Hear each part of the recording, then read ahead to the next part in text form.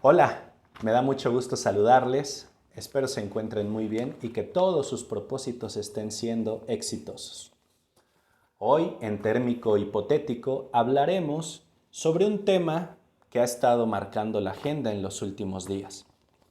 Los aspirantes a suceder al presidente López Obrador en 2024 por las siglas de Morena, o incluso a través de un frente de izquierda unida. ¿Qué es lo térmico en esta situación?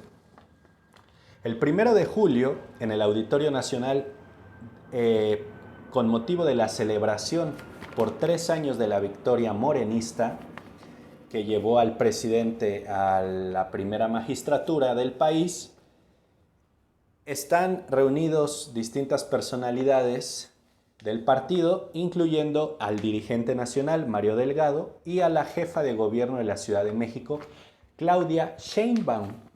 ¿Qué sucede?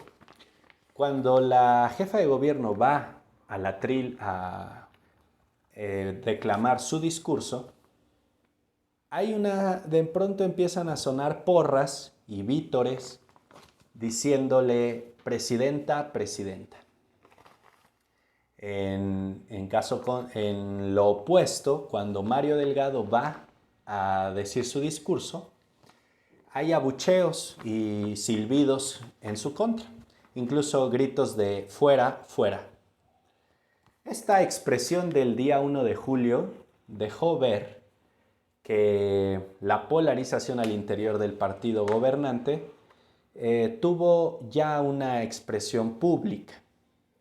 Y no solo una expresión pública, sino una expresión pública de cara al 2024.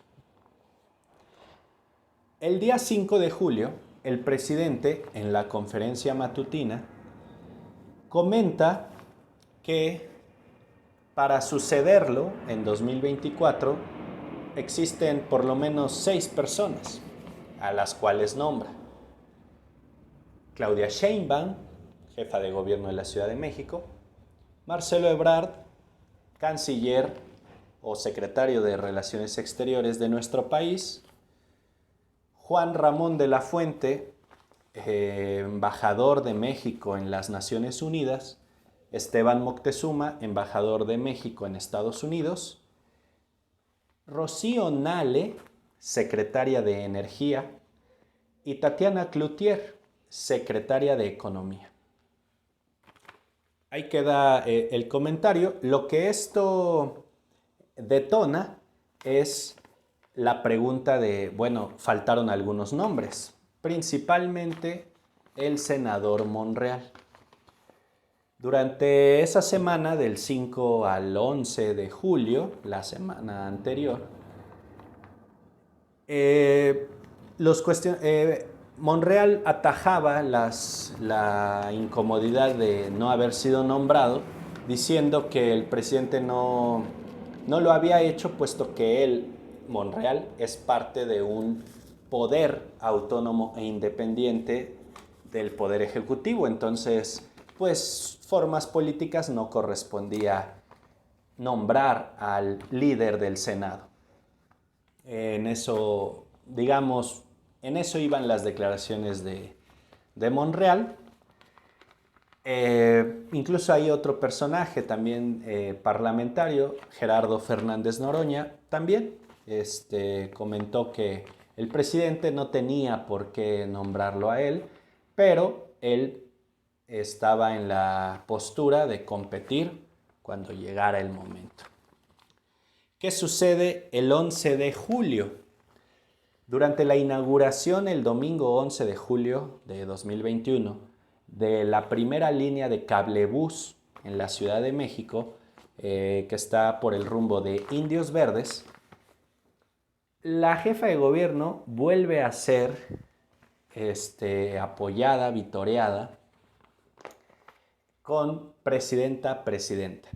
Al evento también habían acudido de parte del gobierno de México la secretaria del Trabajo, el secretario de Comunicaciones y Transportes y la secretaria de Seguridad Pública. Entonces, se vuelve a dar el escenario para que Sheinbaum reciba espontáneamente vítores de apoyo diciéndole que es presidenta, que ella debe ser. El día 12 de julio, el lunes, desde Tabasco, el presidente amplió la lista. Aparte de los personajes que dijimos, Sheinbaum, Ebrard, Moctezuma, Barragán, De la Fuente, Cloutier y Nale, el presidente dijo también, por supuesto, líderes parlamentarios, gobernadores y casi todo el que guste. Entonces de ahí acusaron de recibido en la oficina del senador Monreal. Y bueno, a partir de ahí se le integra, aunque no se dice su nombre, se le integra a la lista de los bien vistos por parte del presidente para competir por la candidatura de 2024 desde Morena.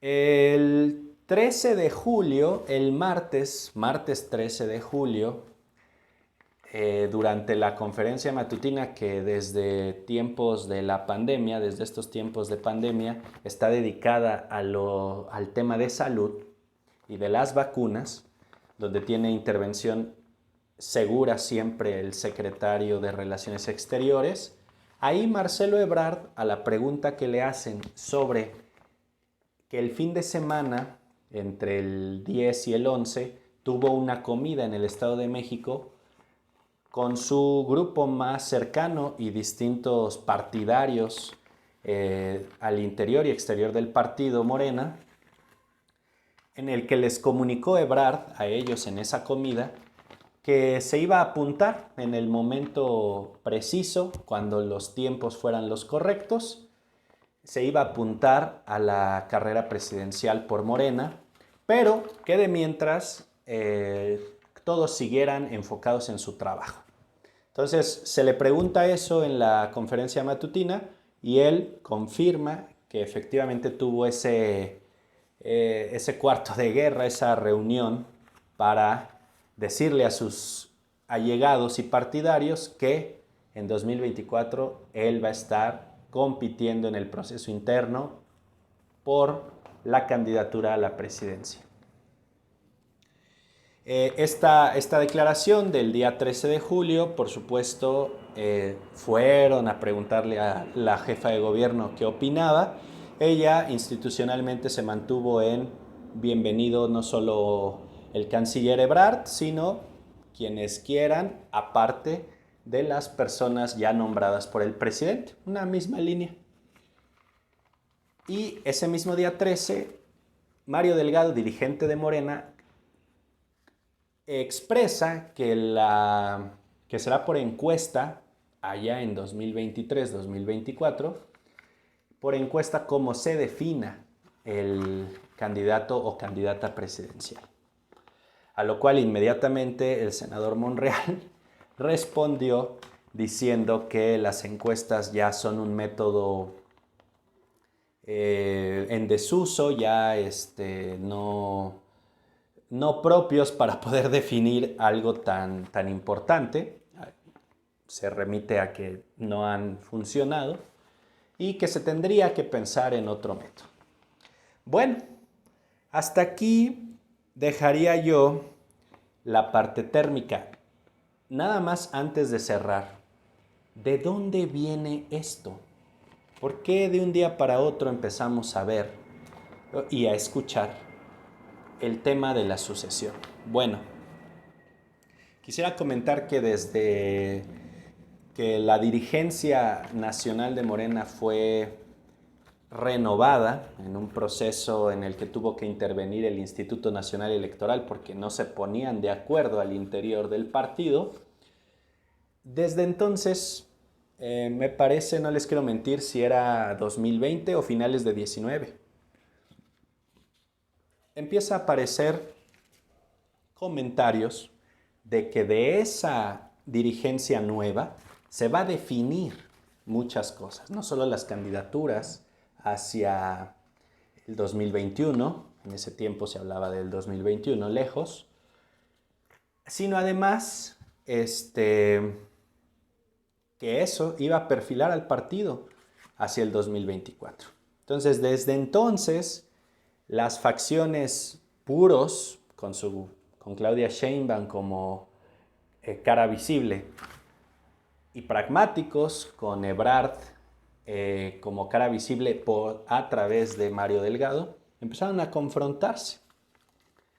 Desde entonces no han podido salir de esa confrontación y ya desde entonces se decía que pues era la confrontación realmente entre los dos presidenciables, Sheinbaum y Ebrard. Pero ¿qué sucede? La crisis del metro, del derrumbe de la línea 12 del metro, viene a precipitar más esta confrontación. Inmediatamente todos pusimos los ojos en que era un problema que iba o reventarle a Sheinbaum o reventarle a Ebrard, y que eso iba a implicar un golpe a las aspiraciones que cada uno tiene hacia el 2024. Pero ¿qué sucede? El 14 de junio